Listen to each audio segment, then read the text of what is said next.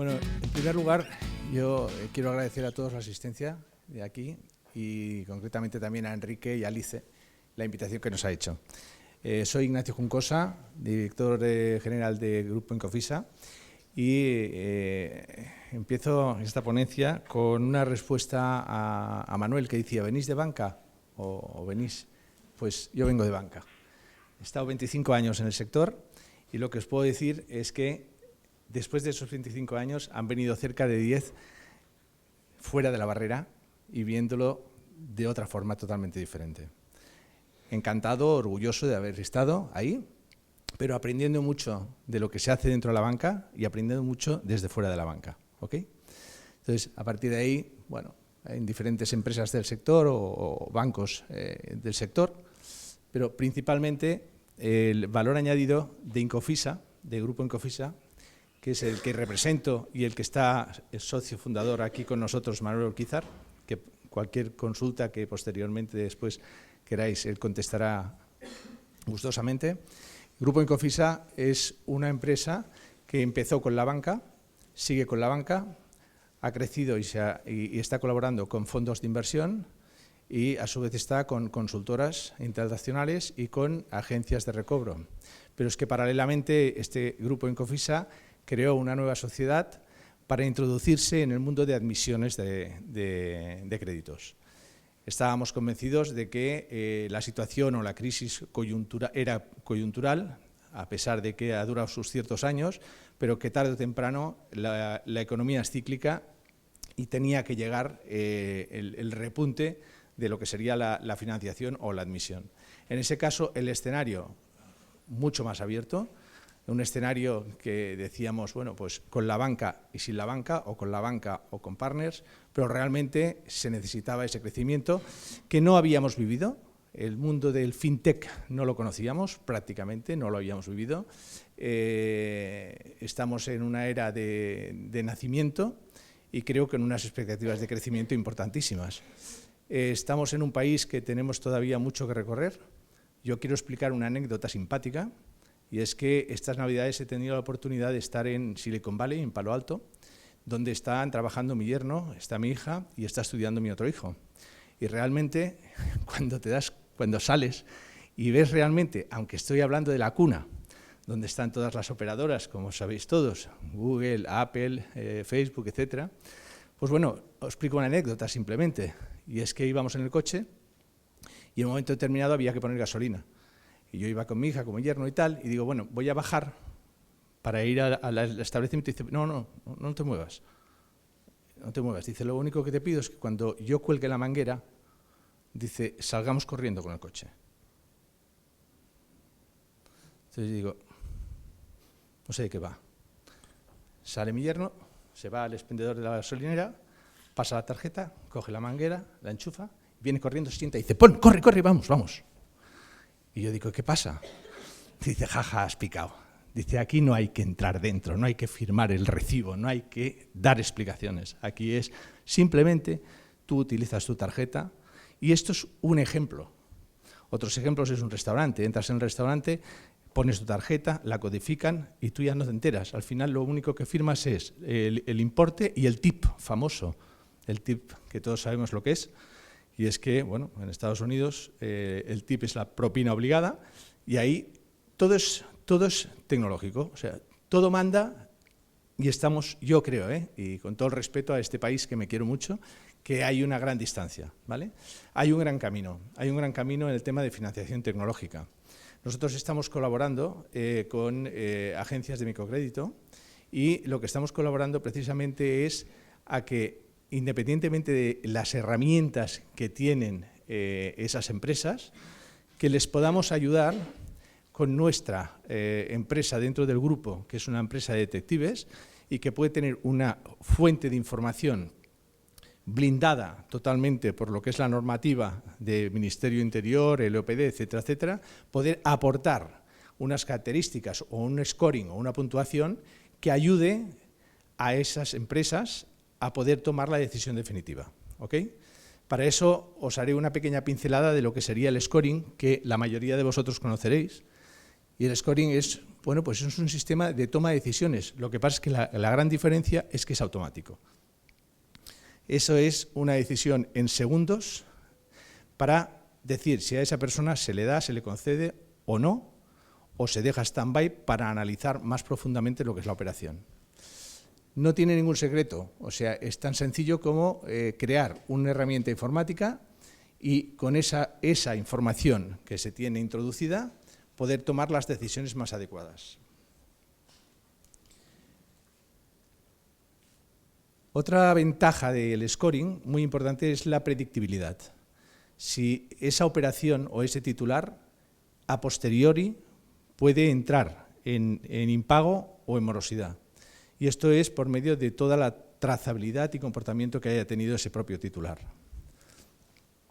Evidentemente hay dos enfoques, el estadístico, que es puramente estadístico, evidentemente, y el experto, porque evidentemente acierta, pero no al 100%. Evidentemente no todo crédito es 100% bueno, pero sí ayuda a que sea con un porcentaje de predictibilidad y acierto lo más acertado posible. ¿Para qué sirven o qué aplicaciones se dan al scoring? Pues bueno, para diferentes, para múltiples, pero principalmente en el sector de financiación diríamos que es para la precalificación de un crédito, para la precalificación de candidatos de un perfil determinado, para un modelo de admisiones de crédito en concreto. Otro aspecto importante para tener muy clara cuál sería la tasa versus el riesgo. Se hablaba en la ponencia de Mireia de que pueden haber diferentes financiaciones a diferentes tipos, pues dependerá siempre de del tipo de la prima de riesgo y del perfil y del scoring que pueda tener ese titular. Y evidentemente puede servir para modelos de nuevos productos.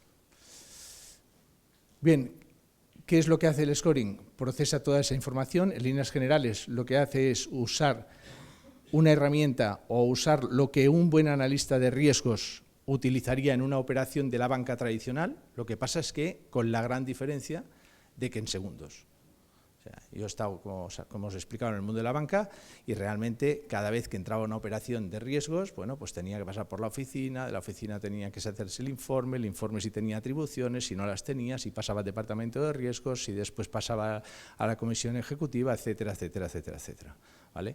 Aquí de lo que se trata es de decir, oye, ese trabajo, intentar extractarlo de la mejor forma posible para que en segundos, y realmente es en segundos, como decía José María, es en segundos. O sea, una agencia tiene diferentes entidades financieras en las cuales tiene colocados su pasivo y en el momento determinado que esa operación en segundos se dice OK, la transferencia es inmediata, totalmente es inmediata.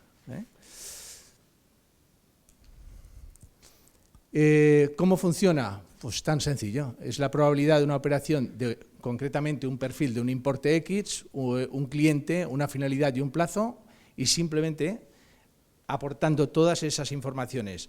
Ya no solo hablo de lo que es el scoring, sino de lo que es la propia entidad y los propios proveedores externos puedan dar la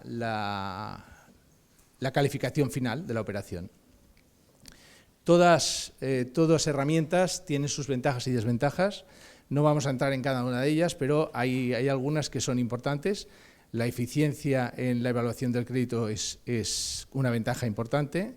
La calidad de la cartera es otra. Hay un criterio unificado que ya se le da directamente y un proceso que no requiere prácticamente expertos, porque ya se ha dicho todo, ya se ha creado el parámetro, se ha creado el traje en concreto para tomar la decisión.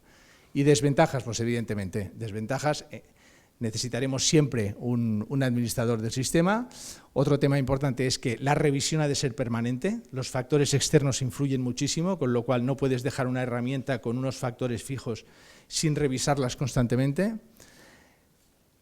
No es universal y evidentemente también se mezclan buenos con malos, puede ocurrir. Puede ocurrir que una operación, un scoring, en la cual le damos una clasificación y una puntuación, en ese momento sea correcta y en el transcurso de la operación ese cliente, por sus características, por su profesión, por ciertas circunstancias, cambie de perfil, evidentemente, nos puede pasar, ¿eh? En resumen, estamos hablando del perfil de un titular, de la capacidad de pago que pueda tener, del comportamiento del mismo, para llegar a tomar una decisión, que puede ser solo 3 casos: aprobar, denegar o consultar. ¿Okay? No sustituye en absoluto al oficial del crédito, es evidente. El oficial del crédito es una figura aparte y va por otro conducto. Elimina una gestión de proceso de cobro, a su vez no reemplaza al buen criterio o a la experiencia, evidentemente, y como decía, no hace bueno un mal crédito. Perdón. Vale. Requiere apoyo informático. Bueno, toda sociedad que esté metida en el mundo de financiación tecnológica forzosamente tiene que tener un equipo informático y una base informática espectacular. O sea, y constantemente en enriquecimiento, ¿vale? Es la base principal para poder contestar o dar una rapidez o dar una respuesta en segundos. Evidentemente permite trasladar conocimiento de aspectos ejecutivos con una formación limitada en materia de riesgos. Vale.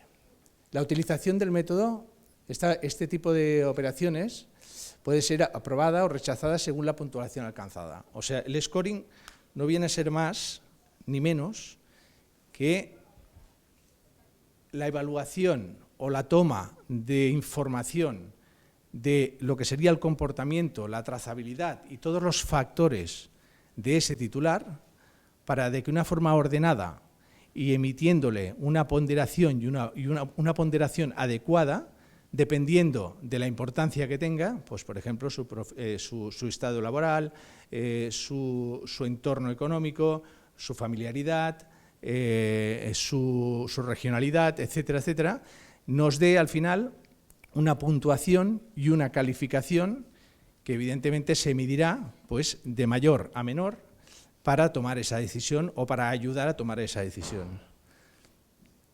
Es imprescindible, como decía en anteriores slides, la retroalimentación constante de la información del titular.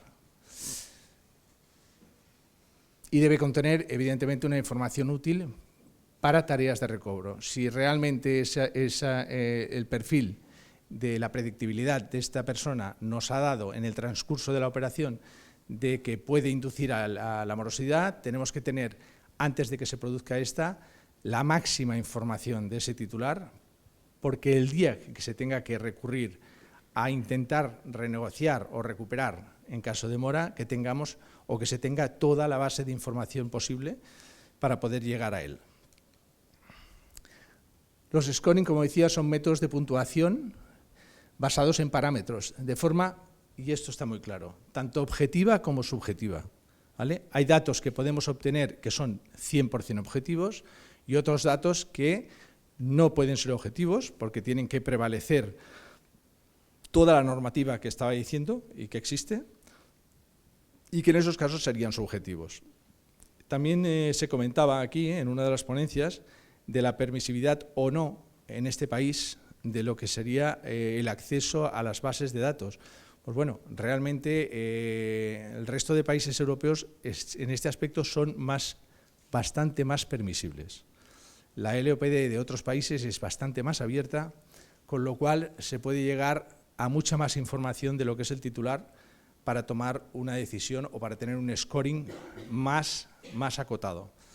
Aquí, de momento, se está estudiando la posibilidad de ampliar un poco esa flexibilidad, pero de momento es bastante estricta y por eso es importante jugar con lo que realmente se tiene, evaluar lo que se tiene y no incurrir nunca jamás en un riesgo de reputacionalidad.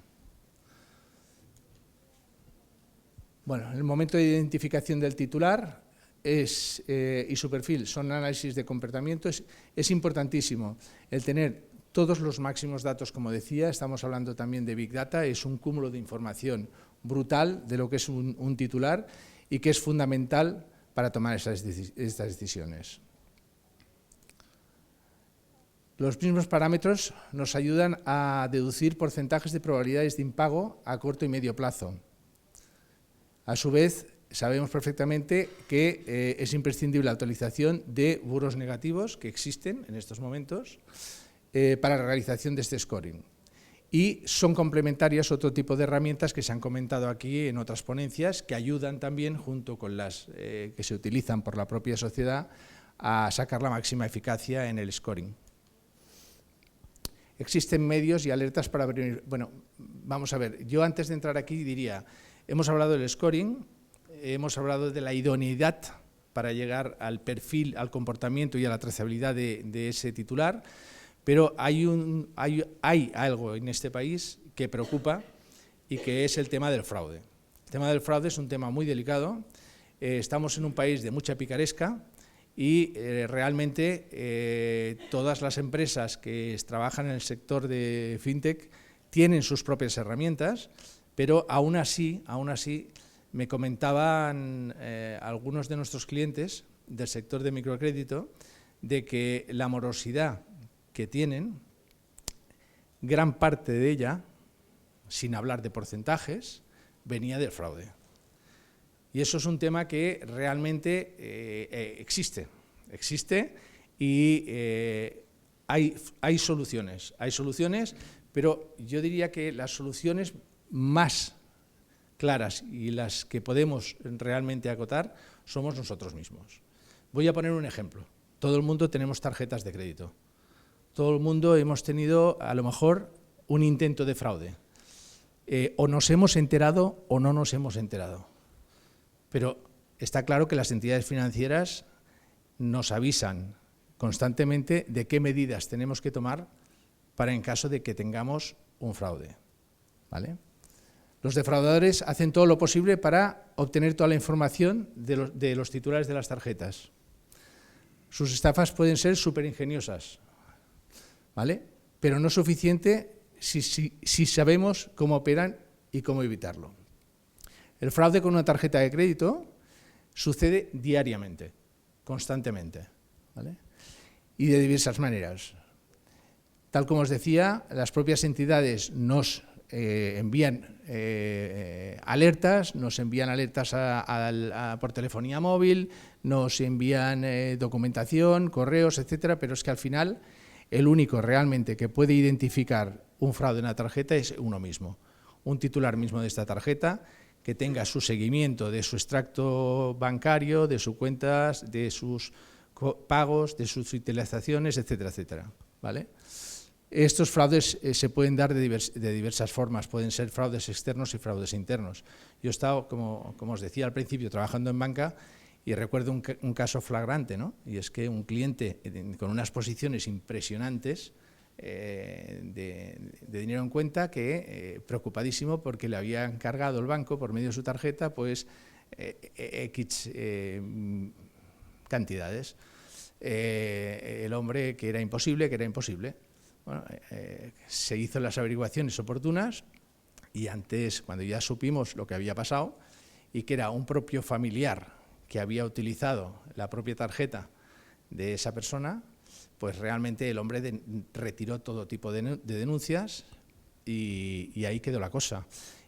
Pero lo que es verdad es que hay una suplantación importantísima, tanto a nivel, ya estamos hablando de un tipo particular de personas, ¿no?, tanto externa como interna. Y esa suplantación es un tema que hay que estar muy encima, porque no hay una herramienta concreta en estos momentos para decir podemos saber a 100% de que esa persona está intentando hacer una suplantación, ¿ok? Por eso digo que el primer investigador de un fraude en una tarjeta es uno mismo. Hay que estar alerta, frecuente encima de ello. Bien,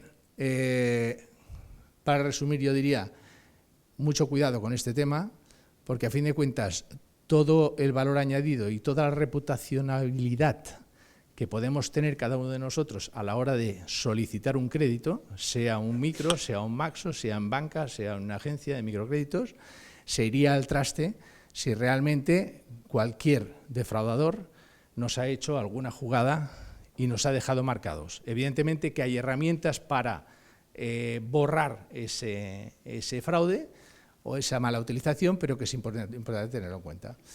Bueno, y por mí, daros las gracias de nuevo a todos y ponerme a vuestra disposición en el ruego de preguntas que pueda haber posteriormente.